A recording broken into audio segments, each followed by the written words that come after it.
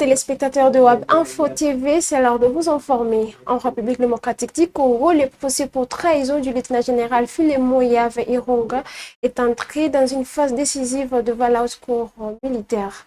Après plus de 3 ans de détention, l'accusation reconnaît ne pas être en mesure de produire la preuve centrale du dossier, suscitant de vives critiques de la défense et relançant les débats sur le respect des principes fondamentaux de la justice.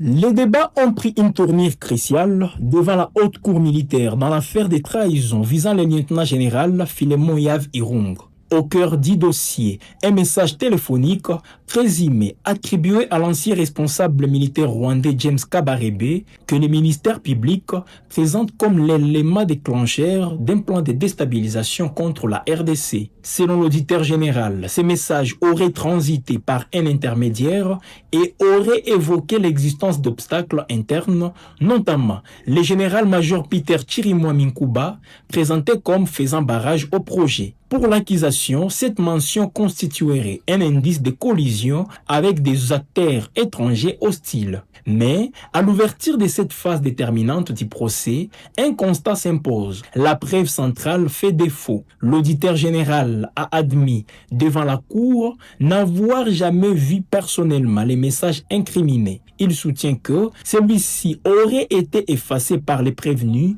lors de la phase préjuridictionnelle avant toute exploitation judiciaire. Le ministère public invoque également des limites techniques, bien que les téléphones saisis aient été soumis à des expertises. Aucune donnée n'a pu être récupérée en raison, selon l'accusation, de la sophistication des appareils utilisés. Une argumentation que la défense rejette catégoriquement. Les avocats du lieutenant-général Yave Irunga dénoncent une poursuite fondée sur des suppositions et rappellent un principe fondamental du droit pénal. La charge de la preuve incombe exclusivement à l'accusation. Il exige la production effective du message, estimant inacceptable qu'un officier supérieur encourant la peine capitale soit jugé sur la base d'une preuve inexistante. Lors d'une plaidoirie remarquée, Maître Carlos Ngwapichi a fustigé ce qu'il qualifie de raccordement frauduleux, pointant l'incapacité du ministère public à établir matériellement l'infraction reprochée. Pour la défense, le doute est manifeste et doit, conformément au droit, profiter à l'accusé. De son côté, Filemon Yave Irunga nie catégoriquement avoir reçu les moindres messages de James Kabarebe et rejette toute implication dans un projet de déstabilisation. Alors que la haute cour militaire poursuit l'examen de ces dossiers sensibles, une question centrale demeure. La justice peut-elle condamner sans preuve matérielle? La réponse de la cour est désormais attendue, avec une attention particulière tant les enjeux judiciaires, militaires et politiques sont considérables. Concernant la situation sécuritaire dans l'est de la RDC, Moscou reconnaît la complexité du conflit et exclut toute solution rapide. La Russie affirme toutefois être prête à accompagner les initiatives de paix si son appui est officiellement sollicité par les parties concernées. Commentaire. La Russie s'est dit prête à contribuer autour de la paix en République démocratique du Congo, en particulier dans sa partie orientale en proie à une insécurité persistante depuis plusieurs décennies. Cette position a été exprimée par le ministre russe des Affaires étrangères Sergei Lavrov lors d'une récente déclaration sur la situation sécuritaire dans la région de Grand Lac. Selon le chef de la diplomatie russe, aucune issue rapide ne se dessine à court terme dans le conflit qui secoue l'Est congolais en raison de la profondeur et de la complexité de la crise. Sergei Lavrov évoque un conflit enraciné dans une longue histoire marquée par des rivalités armées, des ingérences régionaux et une instabilité chronique.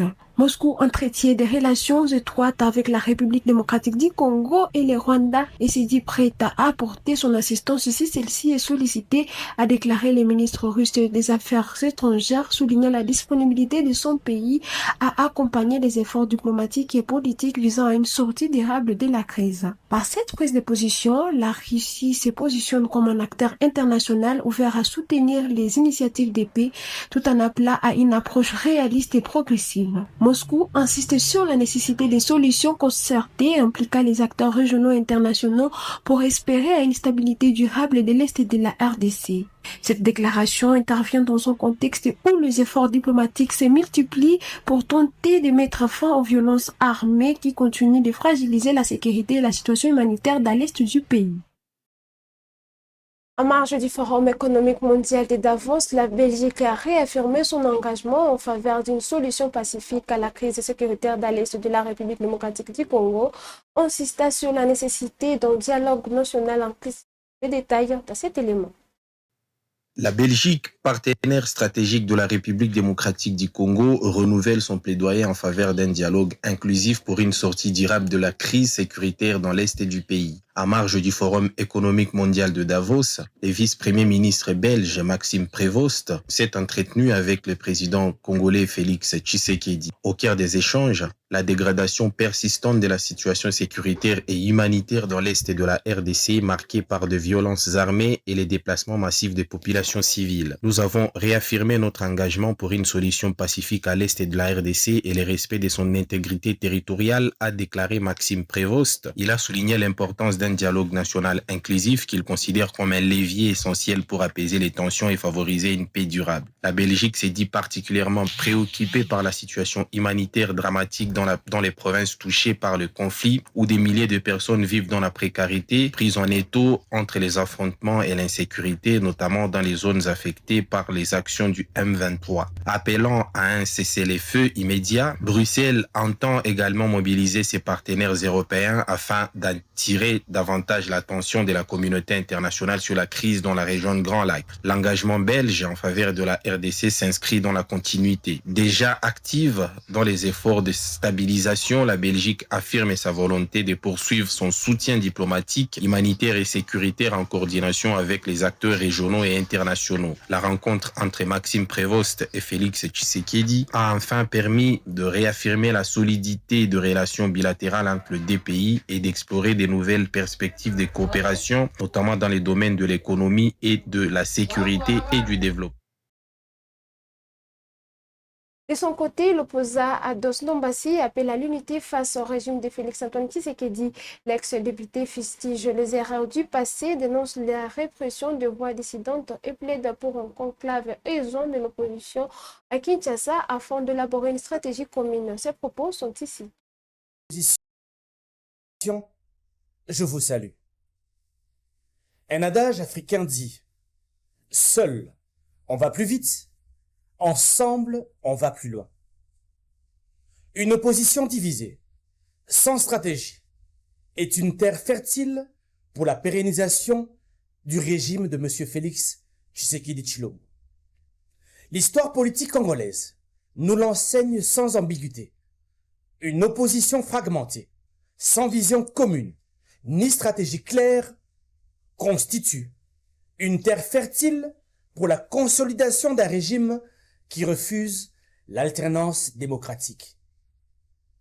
Il y a 7 ans, l'histoire récente de notre pays se souviendra que le peuple congolais fut victime d'une grande fraude électorale, dont les conséquences néfastes suivent jusqu'à ce jour. Malencontreusement, 2 ans après, en Afrique du Sud, l'opposition congolaise fut incapable de s'accorder sur le choix d'un candidat président commun. Au-delà de la magouille électorale orchestrée par la CENI, le manque d'organisation de l'opposition congolaise a offert un boulevard à M. Félix Tshisekedi. Faut-il refaire encore les mêmes erreurs? Alternative 2028 tire à ce jour la sonnette d'alarme. Si rien n'est fait, ce qui s'est passé en 2019 à Kinshasa et en 2023 à Johannesburg risque de se rééditer en 2028. Chers leaders de l'opposition, soyons lucides. Le régime de M. Félix Tshisekedi travaille méthodiquement à sa pérennisation. Il s'y prépare, il s'y organise, il y investit tous les leviers de l'État. Si l'opposition demeure désunie, une nouvelle mascarade électorale sera imposée au peuple congolais, avec pour seul résultat l'installation durable d'une gouvernance toxique, incapable de répondre aux aspirations profondes de la nation. À Kinshasa, 5 policiers poursuivis dans l'affaire dite Zoa et Chombo Tikaye Akende pour apologie de l'extorsion de téléphone portable ont comparé en procédure de flagrance devant le tribunal militaire de garnison d'Ndjili. À l'issue du procès, 3 ont été condamnés à 3 ans de servitude pénale. Un a été acquitté et un autre a écopé d'une peine avec sursis. C'est un reportage du ministère de l'Intérieur. Après la diffusion de cette vidéo devenue virale sur les réseaux sociaux et suscitant l'indignation au sein de l'opinion publique, au total, 5 policiers entonnant cette chanson faisant l'apologie de l'extorsion des téléphones portables des citoyens ont comparu ce mardi 20 janvier 2026 devant le tribunal militaire de garnison de Kinshasa-Ndjili, siégeant en procédure de flagrance. Au cours de ce procès, débuté le jeudi 15 janvier 2026, ces agents de l'ordre ont été reprochés pour s'être filmés et avoir diffusé cette vidéo au contenu jugé attentatoire à l'éthique et à la discipline au sein de la police nationale congolaise. Pour ce faire, 3 d'entre eux ont été condamnés à 3 ans de servitude pénale principale assortie du paiement de frais d'instance fixés à 200 000 francs congolais chacun. Par conséquent, les condamne de la manière suivante. Condamne le prévenu Touzolam à 12 mois, assorti d'un sursis de 12 mois. Condamne aux frais de justice. Condamne le prévenu Kiadia, le prévenu Kabamba et le prévenu Sindane à 3 ans de servitude pénale principale. Par ailleurs, le prévenu Kassongo, poursuivi pour non-dénonciation d'une infraction, a été acquitté, alors que le prévenu Touzolana, poursuivi pour le même fait, a été reconnu coupable et condamné à 12 mois de servitude pénale avec sursis. Par ces sanctions disciplinaires, le ministère de l'Intérieur et Sécurité dirigé par le vice-premier ministre Chabani réaffirme la volonté du gouvernement congolais à bâtir une police professionnelle, de proximité et respectueuse des droits humains. En meeting populaire à Butembo, ce mercredi 21 janvier, le député national Mindule Mitono a tenu à rassurer la population. Devant ses électeurs, il a affirmé que le président de la République, Félix-Antoine Tshisekedi, reste engagé à honorer le promesse faite au peuple congolais. Suivez-le.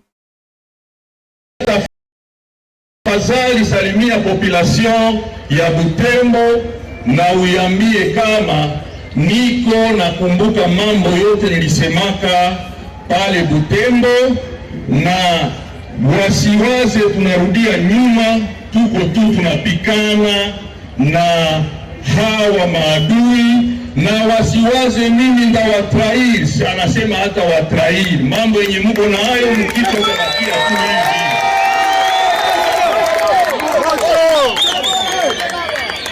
Ananiambia tena anajua kama adui iko hapa karibu.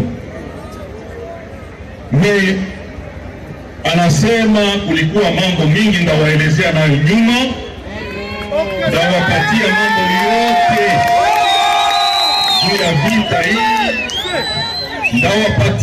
ndawaelezea namna gani hii mambo inakuwa na kwa nini inafika hapa, na ndawaambia hawa mnaona wako wanatuchinja huko pande za Mangurejipa, yote tutawaelezea. Tutaeleza mingi sana mbele, nieleze nilitaka ni wapresente watu tulitoka nao Kinshasa.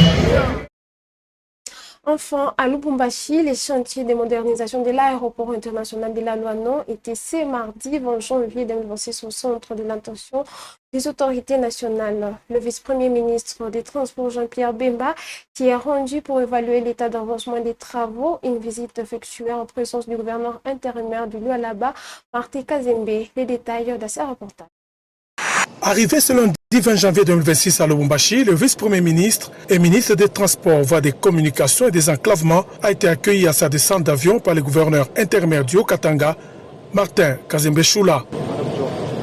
Il va par la suite serrer la main aux membres du comité provincial de sécurité et à d'autres officiels venus l'accueillir. Jean-Pierre Bemba Gombo présidera aussitôt après une réunion de travail à laquelle ont pris part le gouverneur intérimaire Martin Kazembe Choula, les responsables de l'entreprise Souma, chargés de la construction de nouvel aéroport de la Loano et ceux de la régie des voies aériennes. Cette rencontre a permis à Jean-Pierre Bemba Gombo de se faire une idée de l'avancement des travaux de la nouvelle aérogare de la Loano, un ouvrage d'envergure lancé par le président de la République, Félix-Antoine Tshisekedi Tshilombo, est destiné à doter la ville de Lubumbashi d'une infrastructure aéroportuaire répondant aux normes internationales. Au terme de près de 2 heures d'échange, Jean-Pierre Bemba Gombo, accompagné du gouverneur intérimaire Martin Kazembe Choula, se rendra sur les chantiers. Ici, le VPM a suivi les explications techniques relatives aux travaux en cours. À ce jour, la base en béton devant soutenir la future structure de l'aérogare est déjà posée en attendant l'arrivée d'autres matériaux nécessaires pour la poursuite du chantier. Peu après cette visite d'inspection, le vice-premier ministre des Transports a regagné Kinshasa, la capitale. C'est la fin de cette édition d'actualité. Mesdames et messieurs, merci d'être là, merci de l'avoir suivi. Merci aussi de liker, commenter et partager. À tous, nous vous disons à très bientôt.